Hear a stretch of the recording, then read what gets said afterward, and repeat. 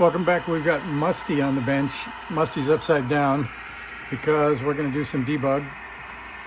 And it's pretty funny, actually. If you look at an ICOM 735, or this is a 731, so like here is the schematic. So a little bit daunting if you look at it sort of this way, but that's probably not the way you want to look at it. So we'll put that in the back for later reference. Then if you go online, or you might be lucky enough to have a manual, you might find a block diagram that looks like that. If it looks sort of unreadable, it kind of is. It's really light, and a lot of the words are not legible. Then I found a better printed copy, or I should say a more high-res scanned copy online. And so there's the complete block diagram. But again, a little bit busy and a little hard to follow, and certainly pretty miniature. So I took this one and I turned it into this one, which is quite a lot easier to understand. I like diagrams that start on the left, not on the right. And if you look at this diagram, the antenna's over here, and they kind of work their way around like this, and then up here, and then come back around down here. That wasn't too easy for me. So I've got it started here with low-pass filter, attenuator, bandpass filter, preamp, low-pass filter, then the first mixer where we mix with the VCO between 70 and 100 megahertz. That gives us a 70.45 megahertz IF, and then an IF amp and a filter. Actually, there's two crystal filters, and a second mixer where we mix with 61 to 81 megahertz to give us a 9 megahertz, which is more what you're used to seeing, a 9 megahertz IF. Then we have that array of filters, depending on which one you bought or put in. And then there's the notch filter, which we can ignore. And there's the third mixer at 9.4665 megahertz. That sort of gets us down to another recognizable 455 kilohertz number. Then a couple of IFs, and then that continues off to be AM, FM, and AGC. But after the second IF, we're going to go up to the sideband and CW detector and BFO, and then out to the audio amp. So it's not too complex when you look at it that way. Then you can also get clues as you go along that the preamp is Q12 and 13. The first mixer is Q14, 15. There's an IF amp you can get to. Here's one at Q17 is the IF amp once we're down to 9 megahertz. And that kind of gives you places where you can probe and look around. Also, I found that this filter may be shared. I'm not sure. It's labeled F11 half and F11 half with Q16 in the middle.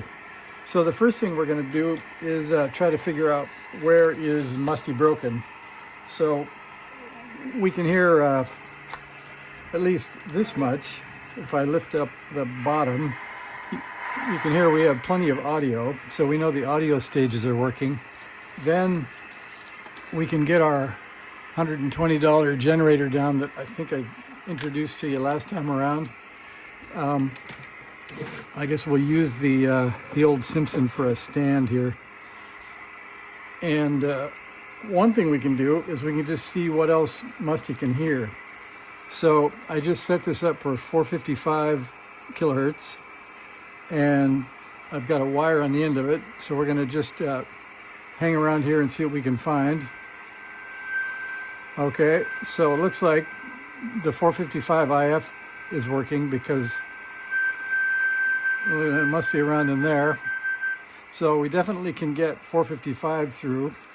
So that means that from the audio back, we've made it all the way through here through the third mixer.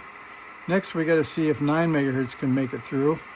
So we'll dial up 900 or 90115, and we'll head over here to frequency. And let's see, to the left, so we'll go up to 9. Okay, there is 9. Then we need, sorry about that, 0115.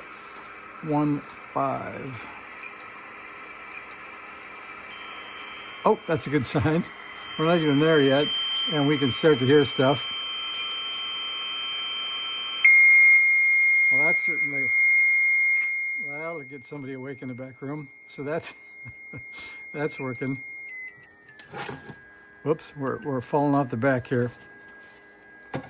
All right, so that's working. So we definitely now, we know that we can get back through here, and here's the 9 megahertz crystal filters, and this is the mixer that got us to 9 megahertz. So at least we're now down to the point where all that's working, and probably this is working. So this second mixer, and we know that we couldn't hear anything in here, we just don't know why. So probably, I'm guessing the RF section is probably okay. So it looks kind of like something between the first and the second mixer. And at least to me, these things are starting to flash, because I've heard of people having bad crystal filters before after aging. So then I'll show you another picture. So when you start digging around trying to figure out where things are, most of the manuals online look a lot like this, where there's a big black patch in the middle and then a bunch of nice labels to tell you where things are. Unfortunately, you can't really read them because that's a big black patch in the middle. So let me find another picture.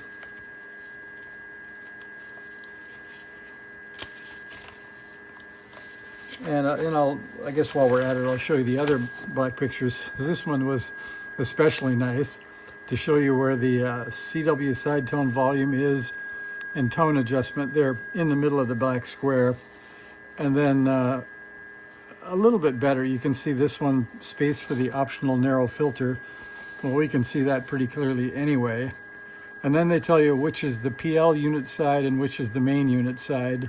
And I guess you can look and see, well, there is the square metal box that covers up the phase lock loop. And I guess on the main unit side, we can see the crystal filter is down here. So maybe that helped a little bit, but not much. Then, let's see, the other picture that I got was, I think it was a thing called RigPix database. It was a super high-res picture. So to keep you from staring into the bottom of the radio trying to find things, this is just a screenshot of a small area. They had the whole main unit motherboard picture so you could look at it. So I printed that in color, and that gets you the ability to look around and sort of count the silk screen so you can figure out where things are. So we're looking at somewhere between Q17, an IF amp, and Q16 is another IF amp, and these filters F11. So if we look at this picture shows, let's see, the main unit side, which is where we are. And then it shows where the 455 kilohertz filters are. We need to find, well, here's something recognizable. There's the Q12 and 13 we saw. That's on the RF side, on the receiver preamp and the mixer. And then here's the ones we're looking at. F11 and F12 are crystal filters. So this is a little bit hard to look at, but we have this same picture that, let's see if we get this oriented right. I guess that would be like this.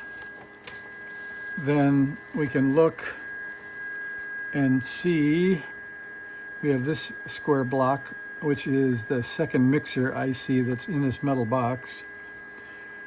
And then up a little bit from there next to apparently L15. So this is F11, and then up to the right of, what would that be? The two together, one, so then two cans together, that's here. So that's the other crystal filter F11, or maybe that's F110, I don't know. Anyway, they look strikingly similar. If you note, they're both marked 208. And they look similar shape.